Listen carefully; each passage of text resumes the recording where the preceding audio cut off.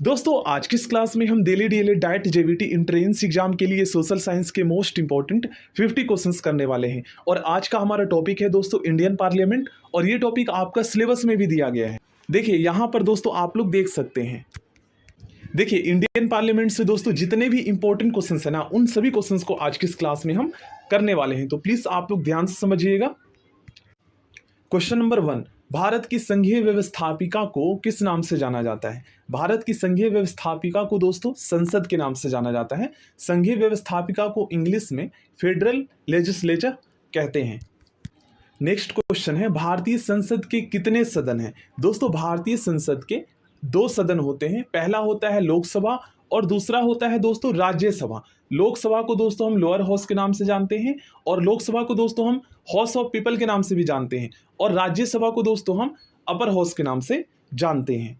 Next question में पूछा गया है, संसद के किस सदन को प्रतिनिधि सभा भी कहा जाता है? तो इसका राइट आंसर होगा दोस्तों लोकसभा को। नेक्स्ट क्वेश्चन में पूछा गया है, संसद का लोकप्रिय सदन कौन सा है?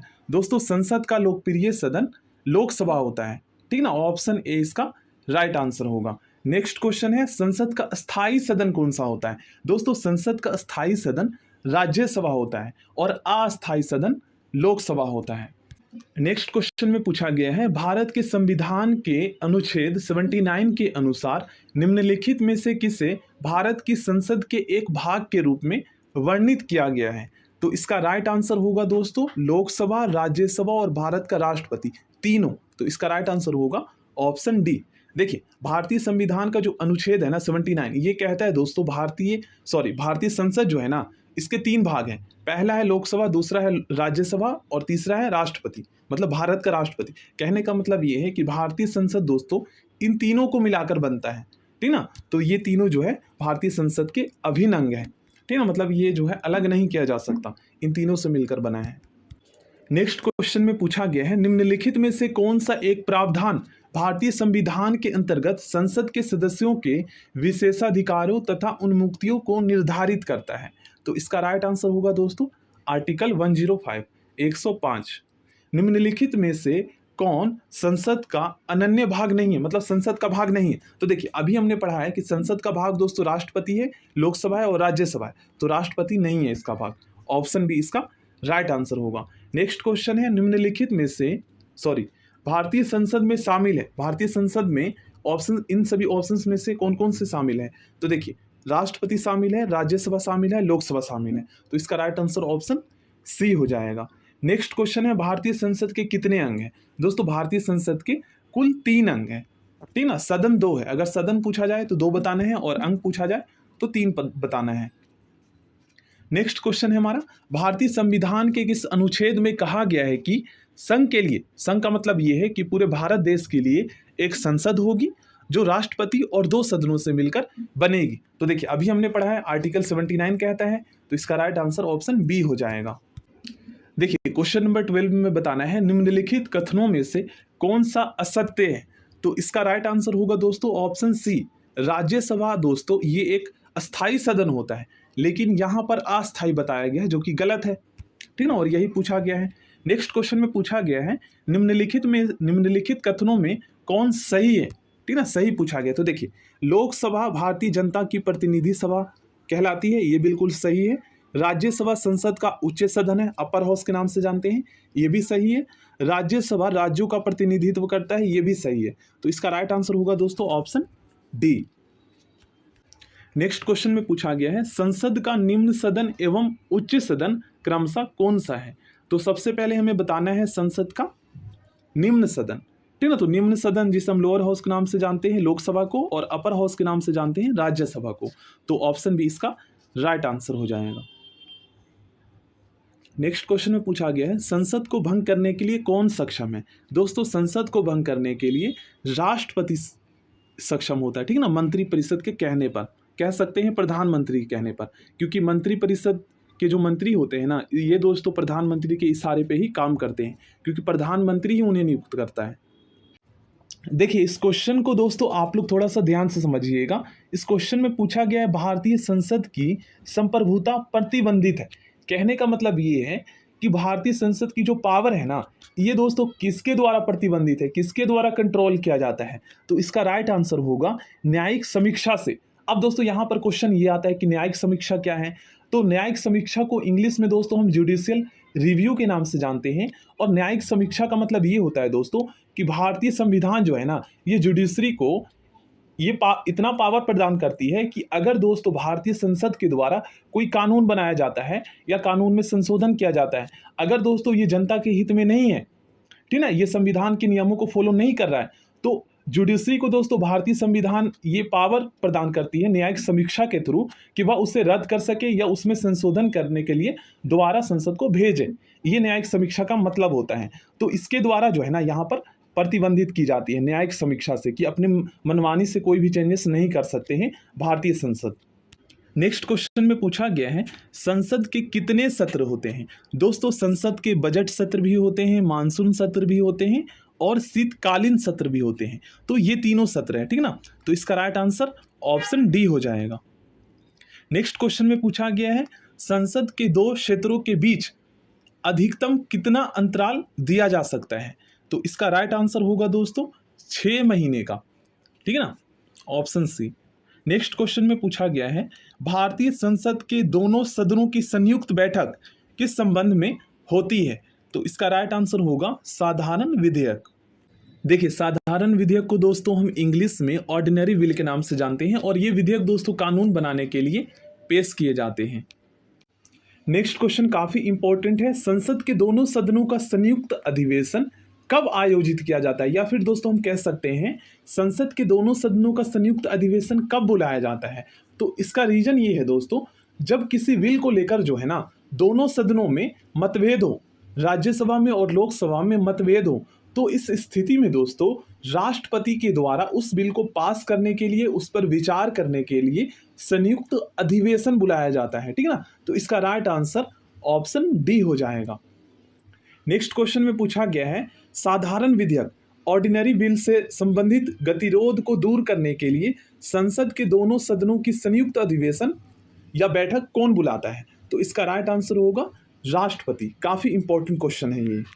देखिए, नेक्स्ट क्वेश्चन में पूछा गया है, लोकसभा व राज्यसभा की संयुक्त बैठक कब होती है? अभी हमने पढ़ा है लोकसभा एवं राज्यसभा में किसी बिल को लेकर मतभेद होने पर। नेक्स्ट क्वेश्चन करते हैं, संसद के दोनों सदनों के साथ साथ बैठने पर निम्न होता है, क्या होता है? देखिए, एक बिल जिस पर दोनों सदन सहमत ना हो उस पर विचार करना और पास होना, ठीक है। इसका राइट आंसर ऑप्शन सी होगा। नेक्स्ट क्वेश्चन में पूछा गया है, यदि किसी सामान्य विधेयक पर राज्यसभा और लोकसभा के बीच गतिरोध आता है तो उसका समाधान कौन करेगा? बहुत ही सिंपल क्वेश्चन है। इसका राइट आंसर होगा संसद का संयुक्त सत्र, या बैठक कह सकते हैं या अधिवेशन कह सकते हैं। नेक्स्ट क्वेश्चन में पूछा गया है, स्वतंत्र भारत के संसदीय इतिहास में अभी तक कितनी बार संयुक्त बैठक बुलाई गई है? तो इसका राइट आंसर होगा दोस्तों 3 बार, ठीक है, याद कर लीजिएगा 3 बार। नेक्स्ट क्वेश्चन है, क्या राष्ट्रपति या उपराष्ट्रपति कभी संयुक्त अधिवेशन की अध्यक्षता करते हैं? तो इसका राइट आंसर होगा दोस्तों कभी नहीं। नेक्स्ट क्वेश्चन में पूछा गया है, संसद के दोनों सदनों के संयुक्त अधिवेशन की अध्यक्षता कौन करता है? इसका राइट आंसर होगा दोस्तों लोकसभा अध्यक्ष। नेक्स्ट क्वेश्चन में पूछा गया है, संसद के संयुक्त बैठक को कौन संबोधित करता है? तो इसका राइट आंसर होगा दोस्तों राष्ट्रपति। नेक्स्ट क्वेश्चन काफी इंपॉर्टेंट है, भारत की संसद के दोनों सदनों की संयुक्त बैठकें किस लिए आयोजित की जाती है? इससे रिलेटेड अभी हमने क्वेश्चंस किए हैं, उस विधेयक पर विचार करने तथा उसे पारित करने के लिए जिस पर दोस्तों दोनों सदनों में कह सकते हैं मतभेद हो। नेक्स्ट क्वेश्चन में पूछा गया है, संसद के संयुक्त अधिवेशन में विधेयक पारित होता है, तो इसका राइट आंसर होगा दोनों सदनों के कुल उपस्थित तथा मतदाता सदस्यों के सामान्य बहुमत के द्वारा, ठीक है। इसका राइट आंसर ऑप्शन सी हो जाएगा। नेक्स्ट क्वेश्चन में पूछा गया है, संविधान संशोधन, ठीक है, कॉन्स्टिट्यूशन अमेंडमेंट प्रस्ताव के संबंध में दोनों सदनों में मतभेद होने की स्थिति में क्या होता है? तो इस स्थिति में दोस्तों जो प्रस्ताव पेश किया जाता है ना संविधान में संशोधन करने के लिए, अमेंडमेंट करने के लिए, वो प्रस्ताव जो है गिर जाता है, मतलब रद्द हो जाता है, ये हम कह सकते हैं। नेक्स्ट क्वेश्चन है, संसद की कार्यवाही सूची में प्रथम विषय दोस्तों पर्सन काल होता है।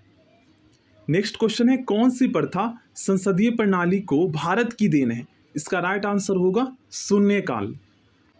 नेक्स्ट क्वेश्चन में पूछा गया है, संसद के किसी सदस्य की सदस्यता तब समाप्त समझी जाती है यदि वह बिना सदन को सूचित किए अनुपस्थित रहता है 60 दिन।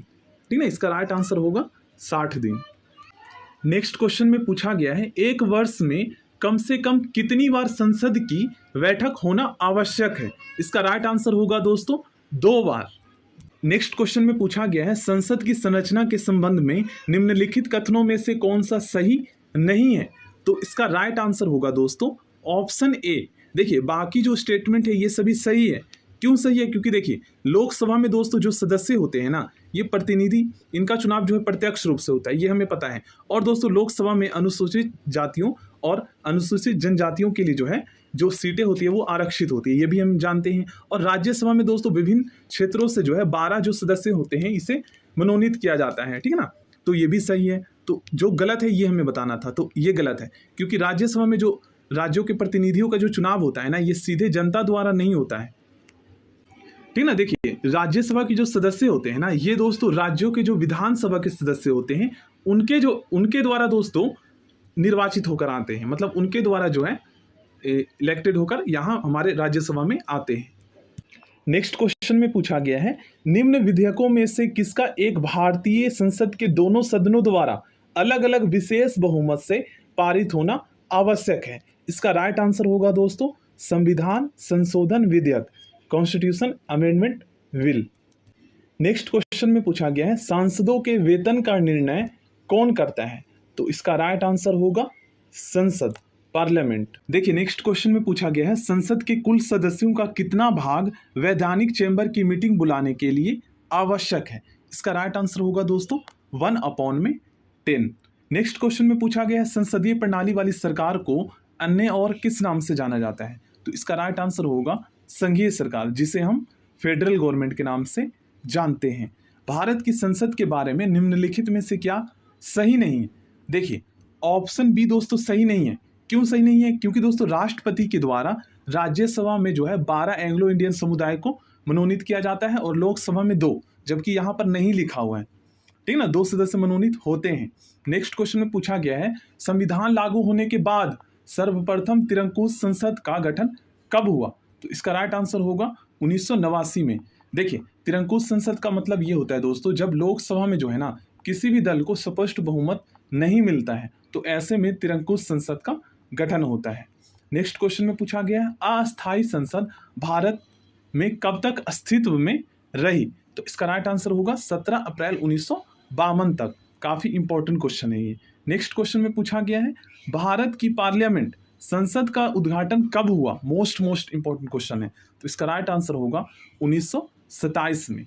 नेक्स्ट क्वेश्चन है, संसद के दोनों सदनों का सत्रावसान कौन करता है? तो इसका राइट आंसर होगा दोस्तों राष्ट्रपति, option B.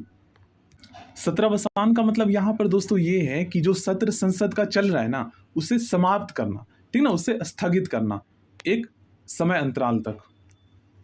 So thank you friends, आज की इस क्लास में हम यहीं तक क्वेश्चन सॉल्व करते हैं। बाकी के क्वेश्चंस दोस्तों हम नेक्स्ट क्लास में करेंगे। सो अगर आप नए हैं दोस्तों तो प्लीज़ आप लोग चैनल को जरूर सब्सक्राइब कर लीजिएगा।